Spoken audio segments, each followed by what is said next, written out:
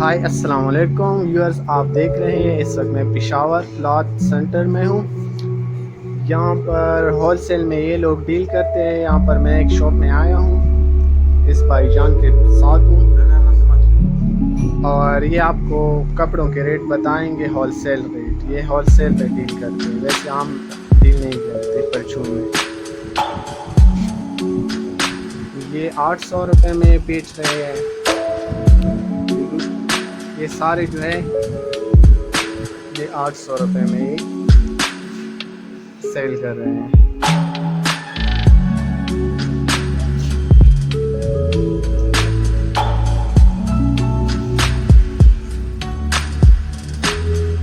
इस शॉप की हम आपके साथ पता भी शेयर कर लेते लेंगे, एड्रेस भी बता देंगे।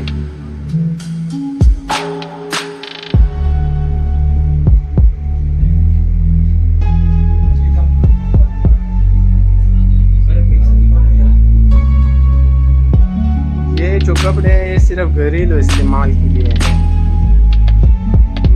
और यहाँ पर काफ़ी दुकान फैंसी कपड़ों की भी है, वो इंशाल्लाह मैं आपके साथ दूसरी वीडियो में शेयर करूँगा।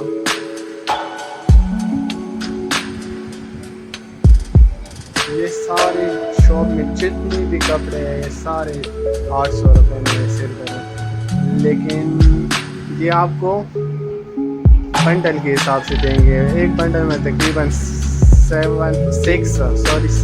जोड़े होते हैं।